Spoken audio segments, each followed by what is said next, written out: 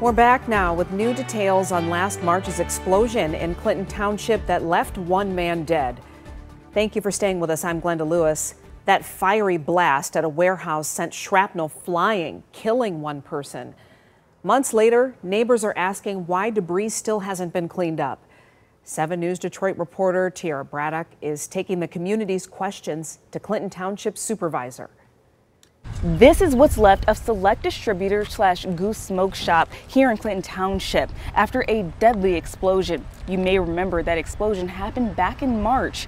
Now, 5 months later, township officials say the cleanup process for the site will begin soon.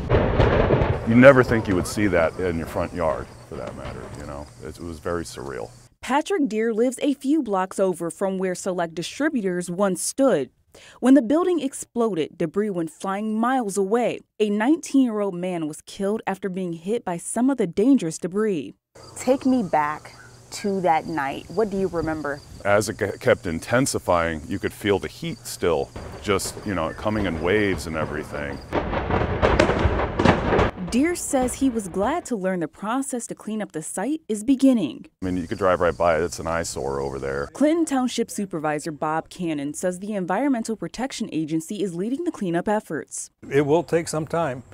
They figure about 100 days from the day they start in full motion, which is going to be about 2 weeks. Cannon says the EPA will front the initial cost of the cleanup. They will be out there next week.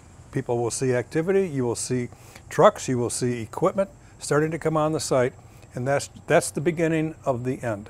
And as the site is being cleaned up, Cannon has this message for residents. Please stay away from that site. We have a lot of dangerous material still there. Meanwhile, Patrick Deere says the explosion will be something no one in Clinton Township will ever forget. It was just such a chaotic moment that happened in a very short amount of time.